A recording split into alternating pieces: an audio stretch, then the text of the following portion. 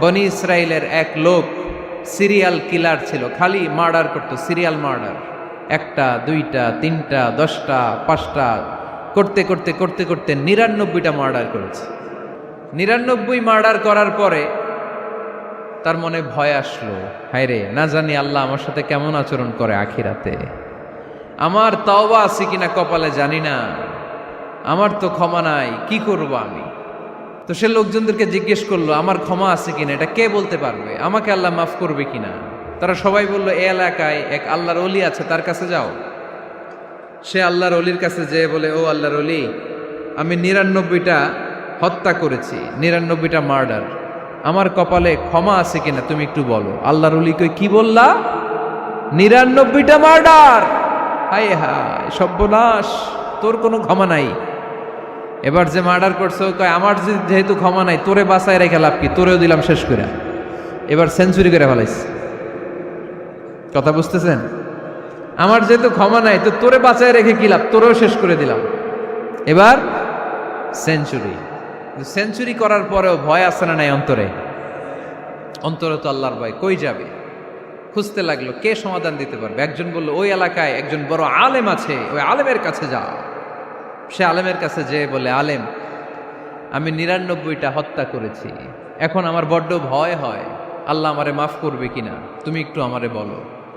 আলেম বলে, তোমার গুনাহ যত বড়ই হোক, আমার আল্লাহর দয়া তার চাইতেও বড়। তুমি কি পাপ করেছো, কি অন্যায় করেছো? তুমি জানো না আমার রব কত মেহেরবান, তিনি কত দয়ালু, তিনি ভালোবাসার আধার, তিনি করুণার আধার। তোমার পাপ অন্যায় যদি হয় খালের পানির সমান, বিলের পানির সমান, আমার আল্লাহর দয়া সাগরের পানির সমান।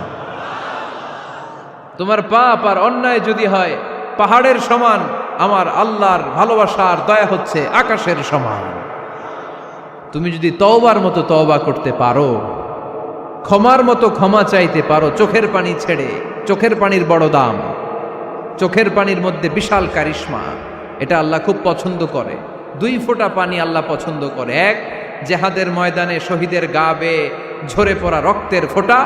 2 হচ্ছে অনুতপ্ত বান্দার চোখের পানির ফোঁটা। বান্দা যখন অনুতপ্ত হয়ে চোখের পানি ছেড়ে কাঁদে, তার চোখের পানি চোখ বেয়ে নাকের ডগা বেয়ে মাটিতে পড়ার আগেই ওই অনুতপ্ত বান্দার সব গুনাহ আল্লাহ মাফ করে দেয়। সে জিজ্ঞেস করলো, আমার ক্ষমা আছে কিনা? আলেম বলে, আছে, ক্ষমা আছে। তওবার মতো তওবা কর, তাওবাতান নাসুহা, তওবার মতো তওবা করলে আল্লাহ ঠিকই মাফ করবে। সে এতটাই অনুতপ্ত হলো, এতটাই, সে আল্লাহর কাছে ক্ষমা চাইতে শুরু করলো। আলেম পরামর্শ দিল, তুমি যে এলাকায় থাকো এলাকাটা ভালো না, এলাকাটা ছাড়ো, এখানে সব ডাকাতদের এলাকা, তুমি একটা ভালো এলাকায় যাও, ওখানে যে তওবা করে ভালো মানুষ হয়ে যাও। সে নিয়ত করে কাপড় চোপড় গুছিয়ে ভালো এলাকায় যাবে। ঘর থেকে বেরোয়ার সাথে সাথেই মালাকুল মাউত চলে আসছে, তার রুহু কবজ করে ফেলছে।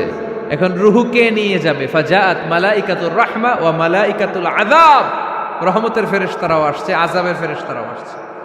রহমতের ফেরেশতারা বলে, না না, সে তওবার নিয়ত করেছে, যদিও তওবা করতে পারে নাই, যদিও ভালো এলাকায় যেতে পারে নাই, তওবার নিয়ত করেছে, অনুতপ্ত হয়েছে, ক্ষমা চাওয়ার চিন্তা করেছে, আমরা তার রুহু নিয়ে ইল্লিনে রেখে দেব। আযাবের ফেরেশতারা বলে, না না, 99টা হত্যা করার পরে আরো একটা হত্যা করে সেঞ্চুরি করেছে, এখনো তো ভালোভাবে তওবা করতে পারে নাই, তার রুহুটা নিয়ে আমরা সিজ্জিনের ভেতরে ঢুকায়ে দেব। 2 দল ফেরেশতার মারামারি, এ বলে আমরা নিব, এ বলে আমরা নিব, ঝগড়া আছে না নাই? আল্লাহ বললেন, রাখো রাখো, ঝগড়ার দরকার নাই। এক কাজ করো, যেখানে মারা গিয়েছে ওইখান থেকে ফিতা দিয়ে মাপতে শুরু করো। ভালো এলাকাটা যদি কাছে হয় জান্নাতের ফেরেশতারা নেবে, খারাপ এলাকা যদি কাছে হয় জাহান্নামের ফেরেশতারা নেবে। খারাপ এলাকা তো একেবারেই কাছে, ঘর থেকে বেরোয়ার সাথে সাথে মৃত্যু হয়েছে, আর ভালো এলাকা তো অনেক দূর। আল্লাহ জামিনটারে আদেশ দিলেন, জামিন, এই অনুতপ্ত বান্দার জন্য তুই ভালো এলাকাটা কাছে চলে আয়।